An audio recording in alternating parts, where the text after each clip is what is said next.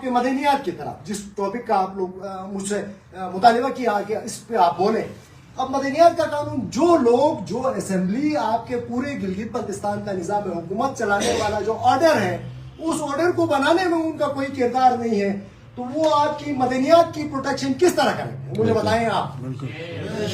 और रही सही कसर एक और, ये नया एक वो एक्ट पास करने जा रहे हैं जिसको Gilgit Baltistan land reform act कहते हैं। आप सारे पढ़े लिखे लोग इसको गौर से सुनिएगा।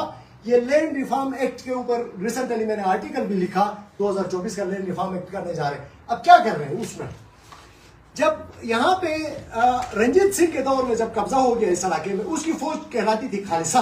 ये 1840 की बात है, हुंजा पे कब्जा नहीं किया है उसने। रंजीत सिंह यानी पंजाब की खालिसा फौज ने हमारे ऊपर हुंजा नगर पे कब्जा नहीं किया था, गेजर में कब्जा नहीं किया था, द्यामर में नहीं किया था।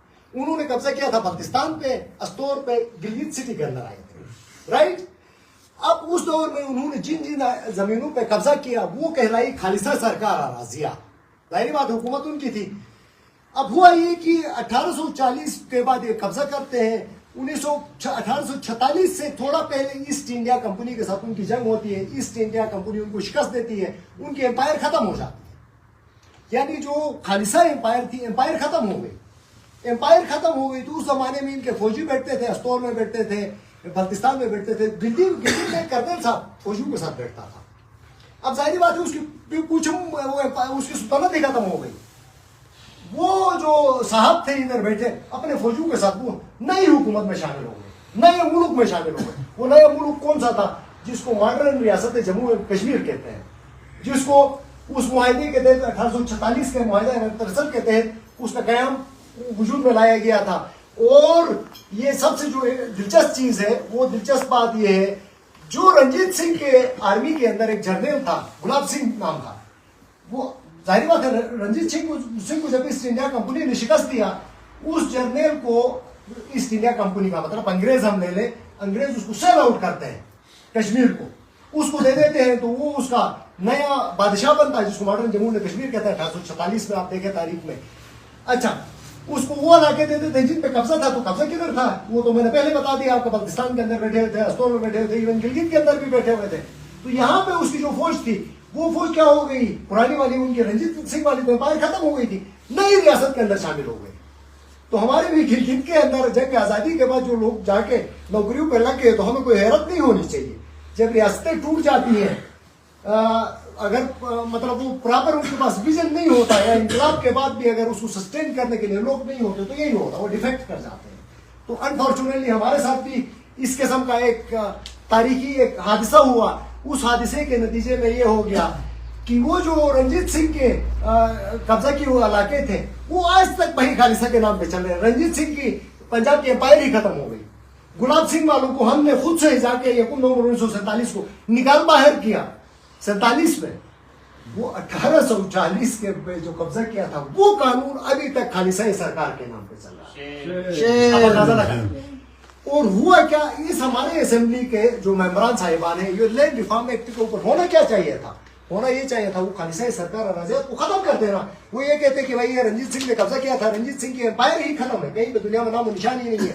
डोगरों ने कब्जा किया था, डोगरा भी खत्म हो गए, गिलगित बल्तिस्तान में कोई डोगरा नहीं है। तो लिहाजा हम इनके कब्जा की हुई इन अराजियात को हम रिपील करते हैं, और ये जमीनें जिस इलाके के रीजन के लोगों की अराजियात है, वो अपनी कस्टमरी लॉज के मुताबिक आपस में तकसीम करेंगे ना, यही होना चाहिए था। लेकिन शेर के बच्चों ने ऐसा नहीं किया, उसको रिपील तो जरूर किया। करने के बाद कहा कि वो तमाम तर मतलब खालिसा अराजियात हो गई, जिसके अंदर जंगल हो गए, आपके ये पहाड़ हो गए, मदनियात हो गए, ठीक है, चरागाहें हो गई, और जो दास बंजर दास वगैरह हो गए हैं, वो न सिर्फ मतलब उन इलाकों के अंदर जिनमें खालिसा सरकार वाली थी, बल्कि उन डिस्ट्रिक्ट में पहुंच गए जिन पे खालिसा ने कब्जा नहीं किया था। गेजर है, बल्तिस्तान है, वो गेजर है, आपका हुंजा नगर है, वो द्यामर है, उधर भी उस कानून का इतलाक होगा। और उन इलाकों के बीच चारागाह भी शामिल होंगे, पहाड़ भी शामिल होंगे, पहाड़ों के अंदर मदनियात भी आ गए, और वो जो इलाके ऐसे पास्चर्स हैं, या वो इलाके जो अभी तकसीम नहीं हो गए, उन सबको भी इस कानून के अंडर में लाके उनको नाकाबिल तकसीम अराजियात का नाम दिया है। तो नाकाबिल तकसीम अराजियात का नाम देके उसका मालिक फिर कौन होगा, लामाना सरकार होगी। जाहिर बात है, आप में तकसीम नहीं होगा तो सरकार की अराजी होगी। तो ये इतना खतरनाक किस्म की मतलब एक बात है, एक हाथ से मतलब देते हैं, दूसरे हाथ से वापस छीनने का नाम है। तो इसके अंदर एक और चीज है कि 1978 से अभी तक जितनी गैर कानूनी इंतकालात हो गई इस नौतोड़ कवानीन के, सबको कानूनी करार दिया। यानी हम सिविल कोर्ट के अंदर जाकर उनके खिलाफ केस भी नहीं कर सकते। आप अंदाजा लगाएं, उसमें विवाद ये मतलब कानून साजी की आप अंदाजा लगाएं। और उसके अंदर जितने लीसेस है ना, मैं काम की बात करूंगा, ये जितने भी पहाड़ है आपको पता है सब लीज पे देकर फारिग कर चुके हैं, राइट। अब वो लीज वाला कानून में देख रहा था, तो मजे की बात ये है कि ये है गिलगित बाल्टिस्तान, ये माइनिंग कंसेशन रूल 2016 के थे, 2002 के अंदर भी नॉर्दर्न एरिया के नाम से थे। इसी तरह रिसेंटली 2019 के अंदर एक थोड़ी सी अमेंडमेंट भी लाई है गिलगित बाल्टिस्तान असेंबली वालों ने। अब पूरा गिलगित बाल्टिस्तान का जो निजाम है हुकूमत चलाने का, गवर्नेंस ऑर्डर बनाने का इनका इख्तियार नहीं है, तो ये लीज पॉलिसियां क्या ये बना सकते हैं? ये भी पाकिस्तान के कवानीन को लाके एडॉप्ट किया है, नकल करके इधर आके लगाया। अब इन कवानीन कहता बड़ा वो पूरा वो है, उसका मैं गौर से देख रहा था, इसमें टाइटल के लिए पता है पहली प्रेफरेंस को पाकिस्तानी शहरियों को दिया जाएगा, उसमें लिखा हुआ। इसके अलावा एक और चीज मैं बताऊंगा, ये जो इंडिजिनियस लोगों के राइट्स को प्रोटेक्ट करने के लिए इसके अंदर वाज़ेह कवानीन मौजूद नहीं है। होना क्या चाहिए था, गिलगित बाल्टिस्तान हुंजा के अपने कस्टमरी लॉज है ना, गेजर के अपने कस्टमरी लॉज है, बाल्टिस्तान के अपने कस्टमरी लॉज है, ग्यामर के अपने कस्टमरी लॉज है। होना ये चाहिए था कि इस कंसेशन रूल्स के अंदर ये साफ सुथरे अल्फाज में लिखते, जिस इलाके के कस्टमरी लॉज है उनके मुताबिक कोई भी आदमी लीज पाएगा तो उस कम्युनिटी की इजाजत लेके उन कस्टमरी लॉज को फिलफुल करते हुए वो फिर उसकी माइनिंग की जो भी है लीज लेगा, उसके ऊपर काम करेगा। किस्मती ये उन कस्टमरी लॉज को गायब किया है भाई, तो आपके मुल्क का इनका तो इतलाक होता नहीं है, हमारे ऊपर नहीं होता है ना, सीधी बात ये है। तो आपके वो कवानीन का उन कवानीन का इतलाक होता है जो ड्रकोनियन है, जो इंसानी हुकूक से मुतलक है, जमीनों के हुकूक से मुतलक है, उनका तो इतलाक तो होता नहीं है। तो इस जो हमारे असेंबली के मेंबरान ने जो नया जो ये जमीनों पे कानून साझे लाते हैं, इसके अंदर जितने लीज दिए इनको भी कानूनी करार दिया। तो फिर ये मुकामी लोग जिनकी ना पाकिस्तान की कौमी असेंबली में नुमाइंदगी है, न सेनेट के अंदर नुमाइंदगी है, न कहीं और इनकी नुमाइंदगी है, कौमी इदारों के अंदर नुमाइंदगी है, न एनएफसी में नुमाइंदगी है, तो इनके ये छोटे उनके वो उसकी गांव के ऊपर जो पहाड़ों के ऊपर मदनियात है, इसकी भी बंदरबाड़ करके आप बाहर के ममालिक में या अपने वो सरमादार तबके को आप दे देंगे, तो ये लोग फिर कहाँ चले जाएंगे? तो अब मुझे समझ आता है कि ये बलूचिस्तान के अंदर ये हालात क्यों खराब हो गए, वहां पे भी मदनियात है। जब आपके आंखों के सामने हम देख रहे हैं ना बड़ी बड़ी गाड़ियों के ऊपर, वो कहते हैं गिलगित में रिसोर्सेज नहीं, आमतौर पर कहते हैं ना इधर से रेवेन्यू जनरेट नहीं होता, तो ये बड़े बड़े ट्रकों के ऊपर पहाड़ काट के लेके जा रहे हैं। आप लोग देखते हो पूरे गिलगित के अंदर ना वो पहाड़ काट के ना, पहाड़ यानी इसका मतलब ये है कि ये पत्थर भी करोड़ों के हैं, बाकी मदनियात की बात ही कुछ छोड़े ना। आपकी मदनियात की कीमती वो लिथियम और उस इस किस्म की जो दिगर जो कीमती इंतहाई यूरेनियम की बात ही छोड़े ना, कितने डिपॉजिट्स हैं गिलगित बाल्टिस्तान के अंदर। माइनिंग से अगर कोई बंदा मुंसलिक होगा तो सबको पता होगा। और बदकिस्मती से इसके ऊपर मैं जाके गूगल में चेक कर रहा था, हमारे लोग लिखते भी नहीं है भाई, लिखो कम से कम अपने बारे में। आप अपने बारे में, अपने उसूल के बारे में आप नहीं लिखोगे तो कौन लिखेगा, कोई और क्यों लिखेगा? जैसे कॉमरेड सुल्तान मदन ने कहा कि भाई हमारी तारीख लिखी हुई नहीं मिलती है, तो आपके वालिदैन ने क्या आप लोगों को पढ़ाए है ना, आप लिखो ना, किसने मना किया आपको? लिखने पर पाबंदी है, आप लिखे। मतलब आप खुद नहीं लिखेंगे तो कौन लिखेगा? आपसे आके क्या अमेरिका से आके लिखेंगे, बरतानिया से लिखेंगे, पाकिस्तान से लिखेंगे, इंडिया से लिखेंगे? वो लिखेंगे अपने फायदे के लिए लिखेंगे, वो आपकी नुक्ता नजर नहीं लिखेंगे, वो अपना नुक्ता नजर लिखेंगे। तो इसी तरह कवानीन भी जब तक आपके पास इख्तियारात नहीं होंगे तो कवानीन आपके लिए कोई दूसरा बनाएगा। जैसे इसके अंदर मैंने देखा तो इसके अंदर ना तो आपके कस्टमर लॉज प्रोटेक्टेड है, ना तो पहले हुकूक आपके हैं। होना ये चाहिए कि लीज का पहला हकदार कौन होना चाहिए। अगर आपके इस गाँव के अंदर मार्बल की लीज है तो इसका मालिक आप है ना भाई, ये आपको देना चाहिए। इस गाँव के लोग उससे इस्तेफादा करें। ऐसा नहीं है कि कोई चीन से आके करेगा, कोई रूस से आके करेगा, तो ये लोग कहाँ चले जाएंगे फिर? तो इसलिए मैं ये समझता हूं कि आप लोग आपस में इत्तेहाद पैदा करें। पैदा करने के बाद इसकी जो मुतबादिल क्या है, मुतबादिल रेजिस्टेंस है तारीख के अंदर, ये याद रखिएगा। आप अपने घर में बैठ के ना पराठे और अंडे खाते हुए कहानियां करके नून लाम मीम के चक्रों में रहेंगे तो किसी ने कुछ भी नहीं देना है। उनके अपने इतने मसाइल हैं, वो अपने मसाइल हल नहीं कर सकते, तुम्हारे क्या करेंगे? आपने खुद अपने हुकूक के लिए खड़ा होना है। तो ये ध्यान में रखिएगा। और इसके साथ एक और चीज मैं बताऊंगा, एक और अहम चीज इसके अंदर ये है कि इन्वायरमेंटल प्रोटेक्शन के कवानीन वाज़ा नहीं है। आप लोगों के घरों के सर के ऊपर ग्लेशियर बैठे हुए हैं। कल इस तरह अगर आके मतलब ऐसे मतलब वो तरीके से अगर उनकी एक्सप्लोरेशन शुरू कर देंगे तो आपके ऊपर से सॉइल ओरिजिन अलग होगी, पहाड़ अलग, वहां से वो ओरेड होना शुरू हो जाएंगे। होने के बाद आप इधर नीचे आप रह भी नहीं पाओगे, ऊपर से पत्थर गिरेंगे वहां से, और इस किस्म की आफतें और इसके चीजें आ जाएंगी जिसकी वजह से आपका सारी जिंदगी एट रिस्क होगी। आपके हजारों सालों की सारी सिविलाइजेशन एट स्टेक हो सकती है। तो इसके लिए लाजमी है कि इन्वायरमेंटल प्रोटेक्शन ये बहुत ही इंपॉर्टेंट है। खा आप लोग खुद अपनी मिनरल्स को एक्सप्लोर करते हो या बाहर से आदमी आके करता है, तो आपके जिस तरह सदियों से रिवायती कवानीन के तहत अपने आप के आपके इन्वायरमेंट को आप लोगों ने प्रोटेक्ट किया था, इस प्रोटेक्शन को आप लोगों ने बरकरार रखने की जरूरत है। अगर नहीं करके चुपचाप बैठेंगे रहेंगे, इनडिफरेंट रहेंगे, तो क्या होगा? किसी का क्या जाता है, अंदर सारा बारूद डाल के फाड़ देंगे और अंदर से कीमती मटेरियल लेके जाएंगे तो पीछे से तबाही आएगी आप लोगों की नस्लों के लिए।